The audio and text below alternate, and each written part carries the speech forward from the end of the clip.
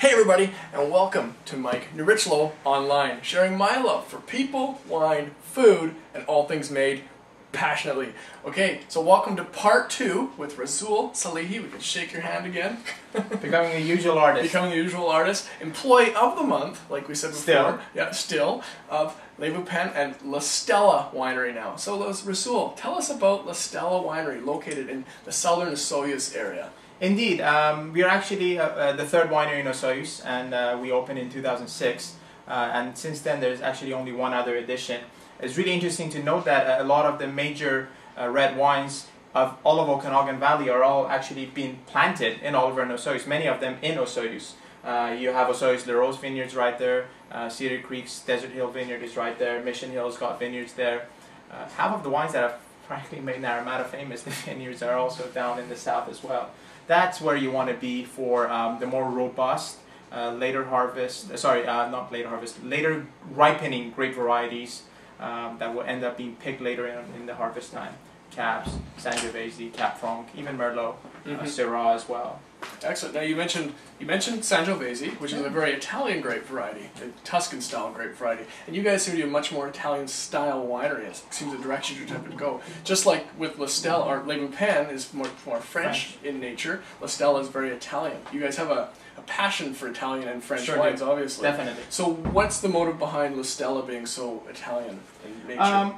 La Stella is a way of paying homage to the Italians and what they've been doing. In particular, for our reds, we pretty much entirely look in the coastal area of Tuscany, in the Maremma, Bulgari area, where the Bordeaux varieties and Sangiovese are the king. However, they do go about it differently, viticulturally, more importantly, winemaking of how it's done, and we can touch on that. And as far as the whites, the beautiful wines of North Italy, Friuli and Alto Adige, they make very light-handed winemaking, no malolactic fermentation, no barrel aging, no oak, no botrytis. They just go for just right berries, ferment them, let them speak. Very clean, crisp, fruity, varietally correct wines. We work with Pinot Grigio, we work with Moscato of the Piemonte area, and we also do an unoaked Chardonnay. You mentioned to me to touch on the name of the wines. Absolutely. The name of the wines are actually all coming after musical Italian notes. The idea was, because if you just say Merlot, if you just say Chardonnay, it's like going to a restaurant and on the menu it's written beef, fish. I like that, yeah. Beef by itself is not good enough. What cut of beef? Even if just saying steak is not good enough. Grain-fed, grass-fed? Was it dry-aged? Was it wet-aged? How is it being prepared? Pan-fried, finishing the oven? Grilled? Barbecued? It all makes a huge difference. So we set out to, and not to mention, so we set out to do something a little different, to engage people, to bring an emotion from inside of them. A lot of people have had some sort of a musical training, not necessarily wine training. It's not exactly where we are right now in our society yet. Working on it. Working on it. So when you say vivaci, joyful, you already are, putting a frame of mind into someone's, head. What are they going to get into? Or leggero, elegant and minimal. A very apt name for unoaked Chardonnay. Unoaked, elegant and minimal. You have fortissimo, boisterous. Maestoso, the top of the crescendo, when Pavarotti's veins used to just stick out. That, that's maestoso. Yeah. So I think they're very helpful. They've been received very well. People love the idea behind it. And it's a way of also reintroducing what Italy and the Tuscans in particular have really provided humanity by we are reintroducing the simple joys of wine, food, and music. Together they can combine and create a symphony for the senses, if you will, a total sensory experience, give you goosebumps, eargasms. Watch those veins pop out and you're good. Exactly. Yeah, excellent. Tell us about the label now, La Stella. Where's the name La Stella come from? Actually, La Stella, or the star, coming from the proprietors. They have one daughter. Her name is Soha. In Persian, that's star. Italian, La Stella. So you have the clear skies here, and there's one star that is really shining, and that was the hope for La Stella, to be one of the stars of the South Okanagan, one of the stars of Osoyoos. and to really be a symbol for the region and for its wines. Now, as far as your grape growing goes, like you mentioned, you're doing a few grape varieties you don't often see in the Okanagan. You're doing Moscato, you're doing Sangiovese. Now, Sangiovese, kind of a base, very Italian grape. Is it a challenge to grow Sangiovese in the Okanagan, or why are you doing Sangiovese? For sure is. A lot of people actually, say it's pretty stupid to be growing it. We know that we get quite a bit of growing degree days and sunshine hours, but the season is not long enough for Sangiovese.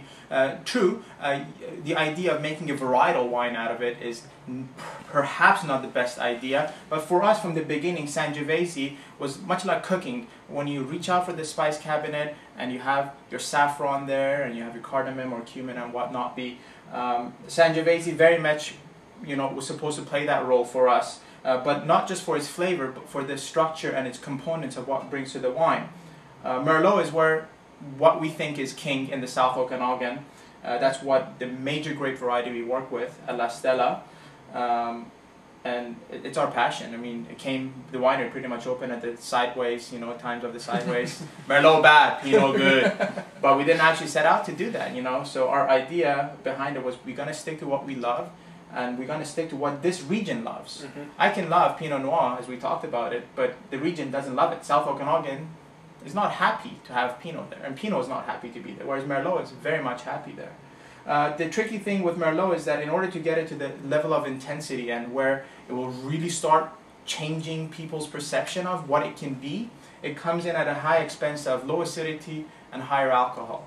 Sangiovese, in particular the Grosso clone known as Brunello, comes in, ripens quite a bit later, genetically holds its acidity very well, and the alcohols barely ever go over 13.5. So by including some Sangiovese, you have now naturally enhanced the acidity of the wine. You have now naturally also, I don't know if I mentioned on the skins, the goddamn Sangiovese Grosso skins are thick. It's like chewing on leather.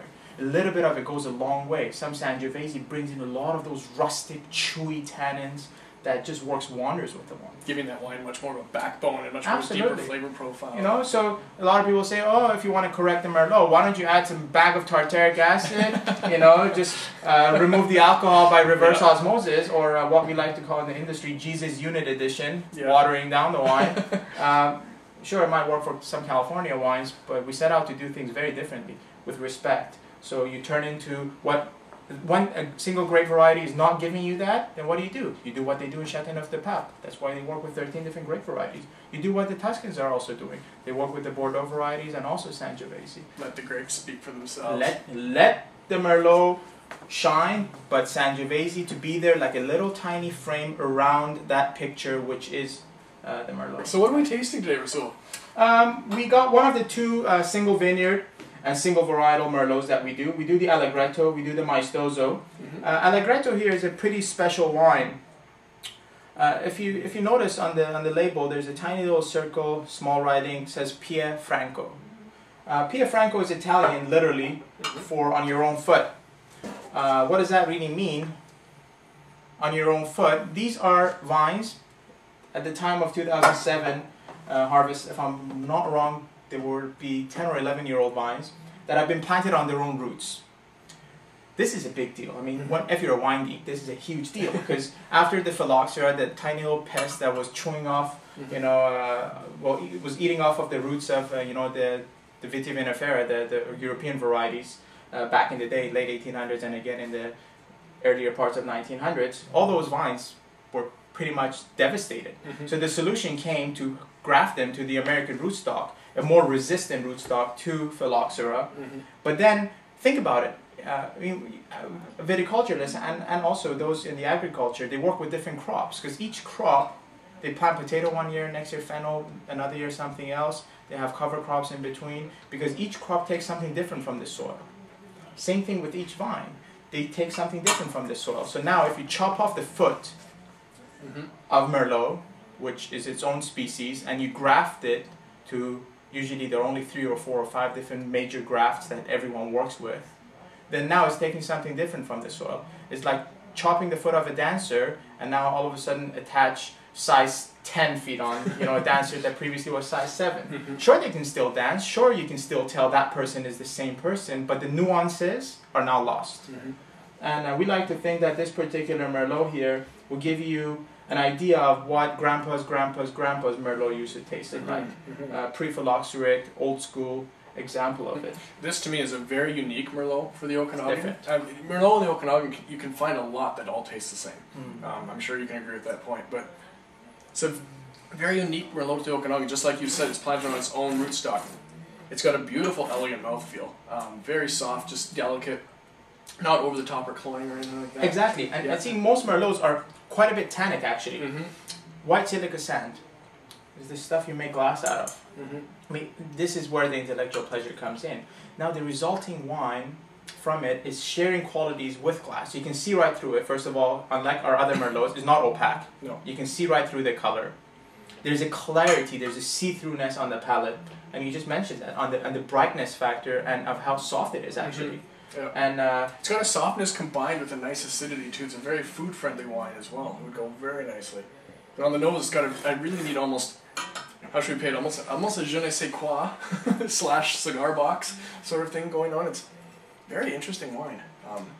It's fascinating, and it actually shows different personalities from vintage to vintage. A lot of our other wines, they got a core of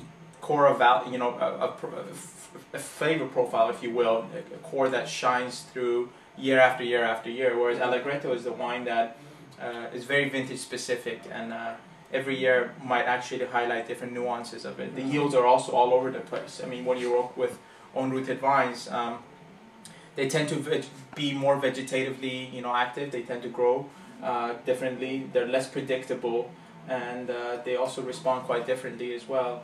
The yields have been anywhere as low as just over 1 ton an acre, which is insanely low, to moderate levels of just over 3 tons an acre. One thing I really appreciate about this wine is I think that a lot of you out there, viewers, a lot of people would like this wine.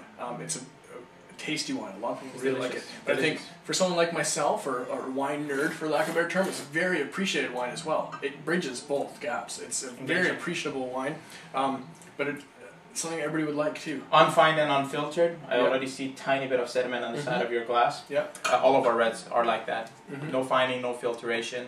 That's why every now and then they might have some build-up sediment in the bottle. It's a good thing, guys. Don't let it, don't be afraid of that. Absolutely, I agree. Those build-ups are fantastic. We work so hard to carry all the flavors that wine had with it. So why go through all of that hard work and then strip away all the goodness from it at the end by fining, filtering? And so you guys kind of fall into my bracket of all things made passionately. You're so passionate about what you guys are doing, and I hope that really comes through to all of you. But La Stella and Le Boupen are extremely passionate about the wines that they're producing, and it really comes through in the bottle. And they're not ashamed to show it off the rest of the world, and they want the rest of the world to know about them. Again, trying to build a legacy with their product. For sure. Excellent. Well, Rasoul, thank you so much for taking the time to have us here today. Thanks for having us. It's very great to see more of your wines. I'm excited for the future of you guys. And here's to your continued success. Cheers. Excellent. So thank you, everybody, so much for watching today, and we'll see you on the next episode. Take care.